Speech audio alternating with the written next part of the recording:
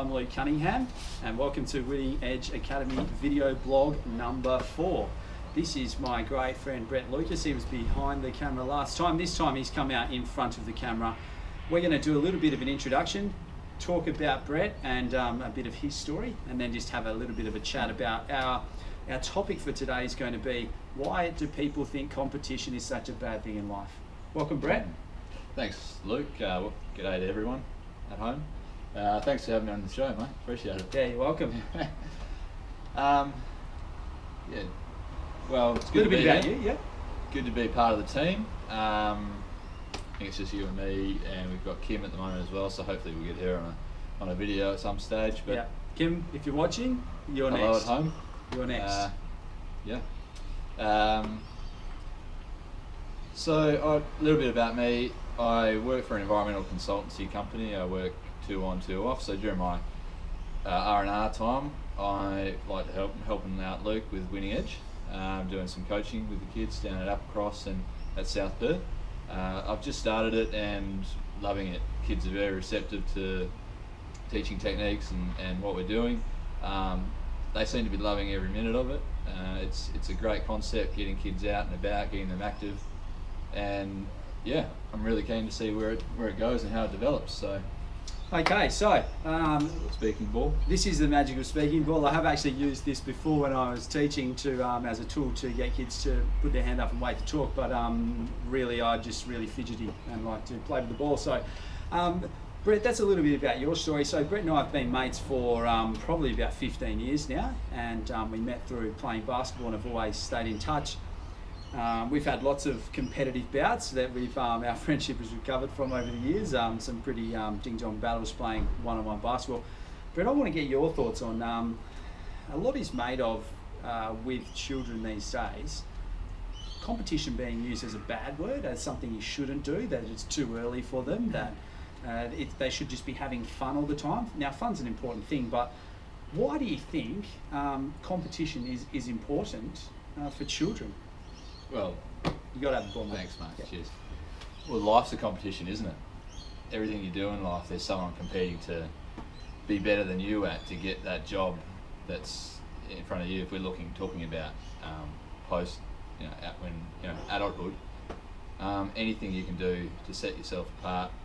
Again, like Luke said in the last blog, like Luke said, you've got to do the attention to detail. You've got to have attention to detail. That separates you from everyone else. But you've got to have a drive. You've got to be competitive.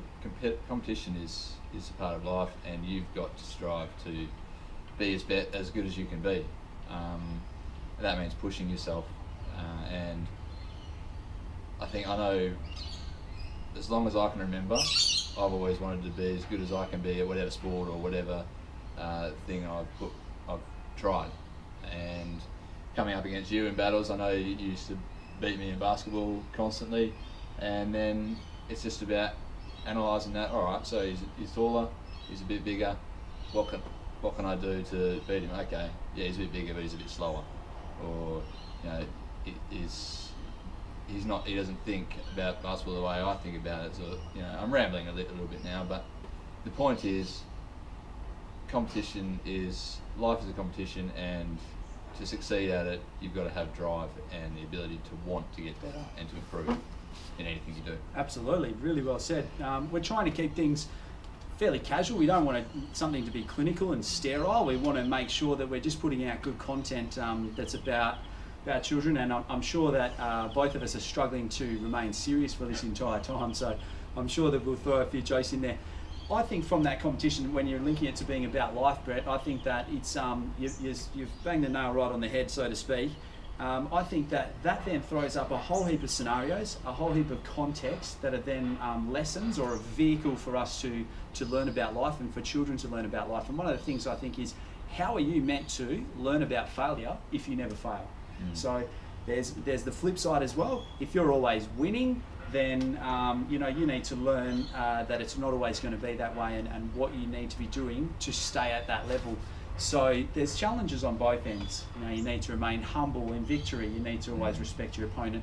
Lots of different things that can only really be learned through competition. So as we said, life is a competition. Let's stop making competition a dirty word for dealing with children, and let's bring it back.